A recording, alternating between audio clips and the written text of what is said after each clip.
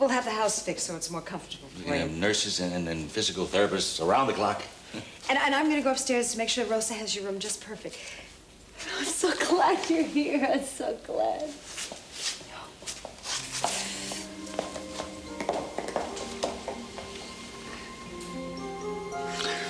You know, the house was never the same without you. I thought I lost you. I couldn't find a place in this house that didn't bring back a memory to me of you. I remember, though, I have home movies of you right on this very spot, of you showing your mother and me your first ballet class. Oh, baby, I don't know how I ever could have made it without you. I'm home now, Daddy. Yeah, it's gonna be great. It's gonna be great. It's great. Look, the Orient Express, they need you desperately. I mean, as soon as you're ready, you go back to work, all right? Well, I just think I'm gonna need some time before I can tackle that. Oh, you take it. You all the time you need. One other thing. Cruz loves you very much. I can't really talk about that right now, Daddy. Darling, listen to me, would you please? I have to say this. I know how much it hurts you. You don't know what you're doing to him. I mean, if this had happened to your mother, I wouldn't change. I would still love her. I would always feel the same way about her. I really would. No one knows how they'll feel until it happens to them.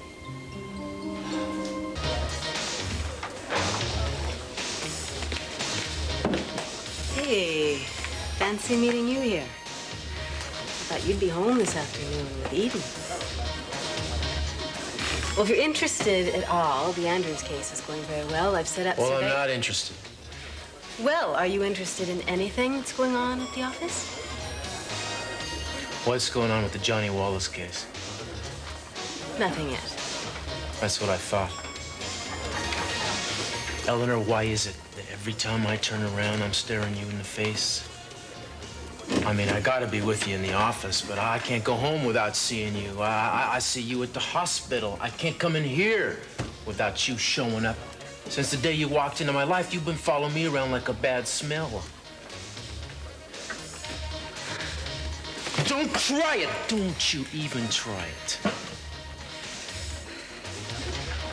You go back to the office, or back to your hotel, or back to wherever the hell it is you came from, but you get out of my face.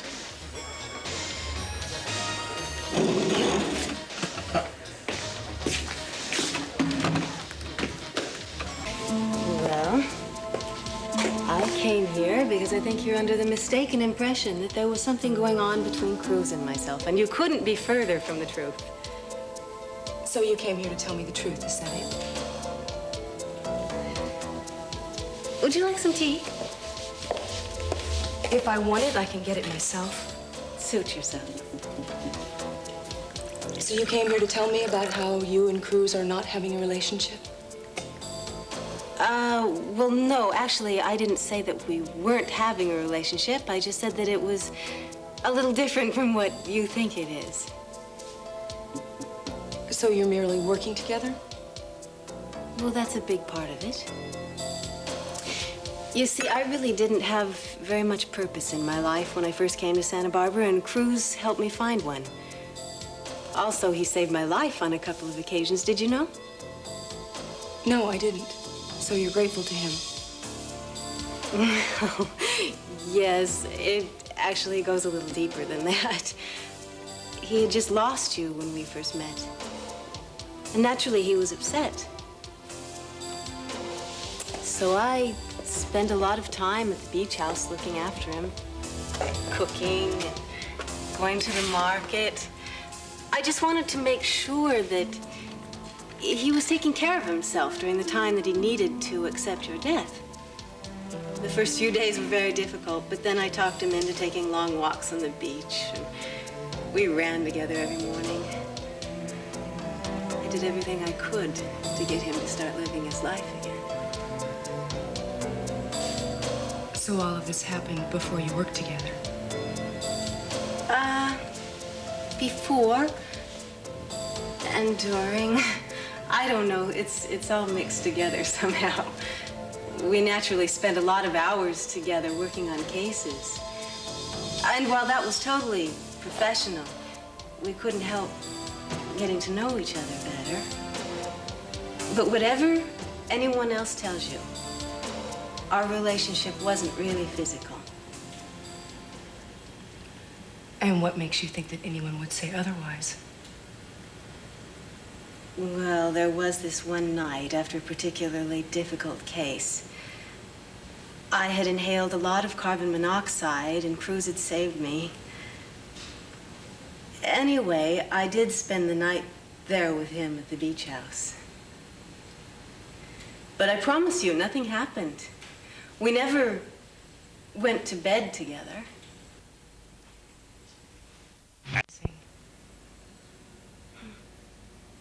Why didn't you just come in here and tell me that you wanted to go to bed with him? That is what you want, isn't it? Yes.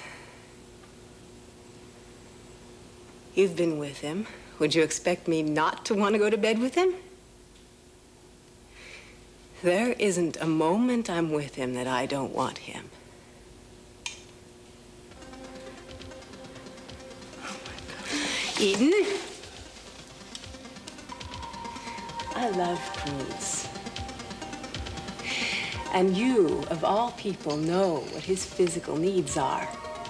And we both know about that desire that burns inside him, and I can satisfy that desire. I am able to satisfy that desire.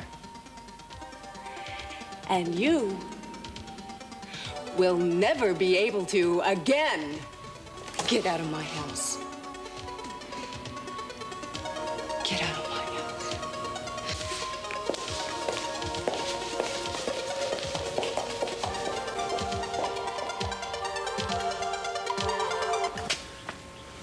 I need to see Eden. She won't see you. She won't see. I'm doing everything I can. Uh-huh. And what am I supposed to do? I have to get her back now. Oh, I know that. Uh-huh. Well, she doesn't know it? I mean, what? We are supposed to be together. Isn't that right? All right, listen, I can tell you one thing that's gonna help. She never doubted your love. She never doubted your fidelity. Then why is she doing this? Do you know? I mean, if it's the wheelchair, that doesn't make any difference whatsoever. Look, she's been through a horrible ordeal. You've got to be patient. Well, you know, it's kind of tough. What about what she and I have been through? I mean, you know, she's a grown woman. She's gonna move back in here now with her mama and her daddy. What, I don't exist now? Is that it? Just promise me one thing. Promise me, no matter whatever happens, that you will not give up on her. Well, I'm not giving up. I didn't give up on her when I thought she was dead, but I don't understand why the hell she has given up on me. Look, I'm sorry. This isn't... Look, just tell her that I came by and I will be back tomorrow. Thank you. Shit. Cruz. Please don't go.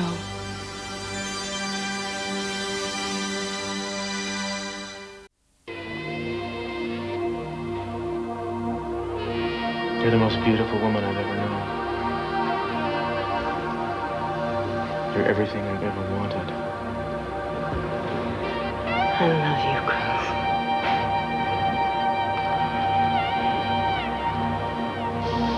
Cruz. Show me.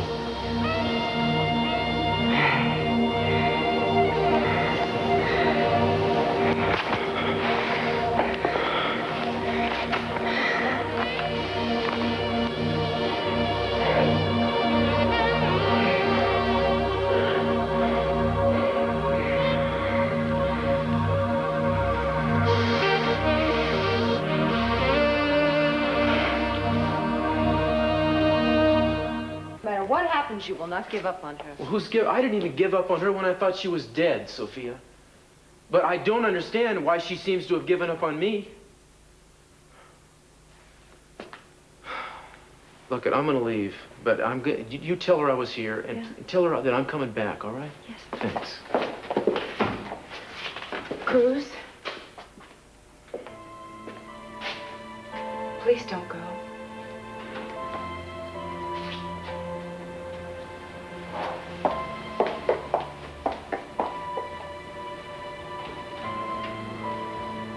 I heard what you said before. That's good, because I meant every word, Eden. You never gave up on me.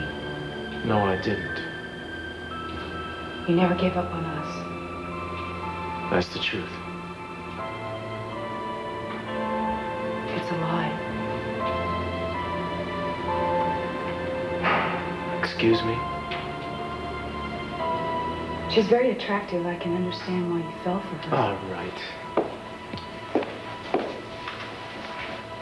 How many times do you expect me to explain this to you? I don't expect you to explain it anymore. I certainly don't want to sit here and listen to any more of your lies. Really? I don't know you anymore. And I don't want to.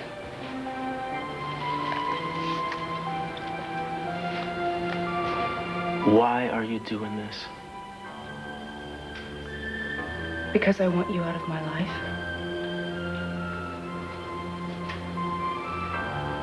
I don't believe that.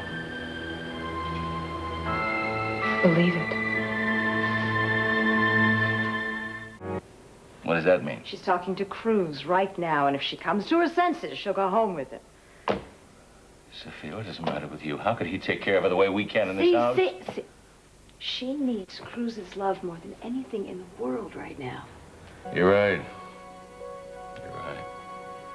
She's got to know that he loves her no matter what the hell has happened. If she would just think straight, she would stop pushing him away. She loves him so much. But she doesn't want him to pity her, so you know what she's doing now? She's actually making up reasons to keep him away. Okay, let me get this straight. Now, you've spoken your piece. I'm supposed to turn around now and walk out of your life. Is that it? Is that what you expect? Yes, I do.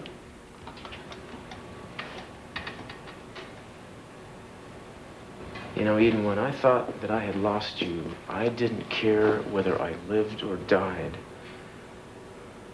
It took me a while to come up with a decent reason to keep on going.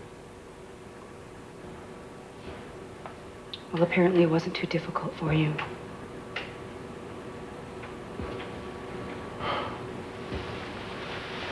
Darling, this isn't working, you see, because I know you don't believe what you're saying.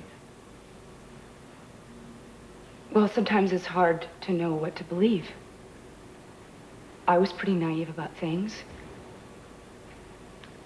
I mean, you asked me to accept that you slept with Victoria and you didn't know it. And now you want me to accept this latest story about you and Eleanor. Oh, Eden, for God's I would sake. imagine you were shot up with morphine that night, too. Where the hell do you get off talking to And me like then that? you opened a private detective agency with money you inherited from me. You opened that agency with a woman you were holding passionately in your arms. A woman whose blouse was mysteriously missing the night that I Look, saw her. I have tried to explain that to you. I don't obviously need for don't you want to to hear explain it. anything to me anymore. You explained to me that you missed me. Well, I don't believe you.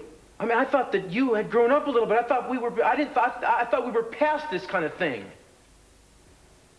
I'm sorry that I came back when you so obviously had gone on with your life. What life? Are you kidding? You think I have a life? I was waiting on you. You and I were going to get married and have a family. The fates have been kind to us, haven't they? We didn't make that mistake. I would have hated to have gotten in the way of your latest romance. Oh, man. I'm amazed. You let me think you were dead for 5 months. You didn't even try to get in touch with me. Some people might expect me to be a little angry about that and you to be somewhat apologetic. Instead, you show up here and you're just hurling these outrageous accusations at me. You're right. Then again, you're always right. I don't want you to tell me that I'm right. I mean, what happened to you? Did the man brainwash you? Is that it? Are you out of your mind? Is this temporary insanity or something? Well, I'm glad you think of me this way. Maybe it'll ease your conscience when you go back to your girlfriend, Eleanor. You shut up! About my girlfriend, Eleanor, I had just about enough. You understand?